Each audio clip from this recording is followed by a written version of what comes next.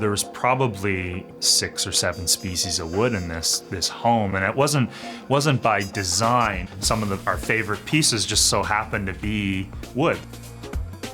We found the table first, a store in Los Angeles that repurposed old wood gates. We salvaged the logs from a tree that was being cut down on a construction site. We found a log home builder who had just bought a portable sawmill. When I reached out to him, he wanted to use our logs we had as sort of the test. So he didn't use his first cuts were on his own giant logs. A dining room light fixture that is sycamore. The branch was free. It was just really the lamps as well as the remote transforming the wire and having the electrician pull the wires. Giant old growth timber that eventually became our mantle and our fireplace. Some light fixtures that were in bad shape, but they just needed to be cleaned. So we needed to get the electricity from the center to the out corners for the light fixtures. And so we ended up using a wood handrail. The wood handrail has a little bit of flex, which we like the look of, and we were able to easily hide the wiring.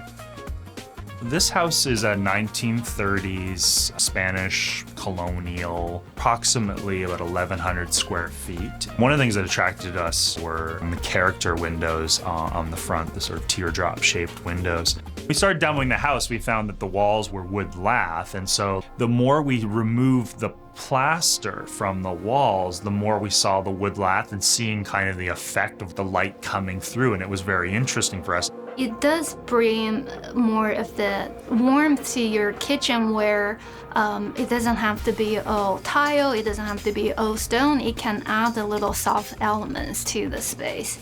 We live in urban area in Los Angeles, so there's right next to a busy street. So I love cooking here. It's one of the things I kind of relax after a long day of work. And I have this candle light on, and I can still do my cooking and music going in the background. So there's a lot of moments like that in this house. For example, the master bathroom. When the shower steam goes on, the tub is filled, it brings up an aroma from the wood. So you really feel like, you are in this sanctuary. One thing we loved about the approach of using a lot of wood was it can be a cost-effective material. The wall that separates the kitchen and the dining room, the material came with the house. We just had to take it off the wall and clean it. The way we put this wall together is we mitered the butt joints. The seams are very subtle, you can see them. And then we used carpentry nails to nail the wood to the walls so that you don't see all the fasteners. Later in the project, as we were doing the landscape and the hardscape in the backyard, we had saved all the offcuts from all the wood projects in the entire project. We wanted a little more privacy for our backyard, so we ended up making kind of like a wood quilt wall with all the pieces, and the size of all the wood varies. And we used marine grade plywood to fasten it, so it was a very easy project. We didn't have a lot of money left over for art. I'm a big music fan, a large audio cassette collection. I always thought, well, why don't I do a piece using some of the cassettes? I had an image of James Brown, I pixelated it, and I kind of would put pieces on the wall and then step back. The cassettes kind of act as pixels to make an image. I had to find a way to fasten the cassettes to a canvas, the canvas being some pieces of plywood, and then I made a frame with metal. Another piece in the house is the map art piece, and when we did the demo, there was a metal floor heater in the middle of the house between the living room and the dining room. And Peggy and I always liked the character of it. We just wanted to upgrade the heating and cooling in the house.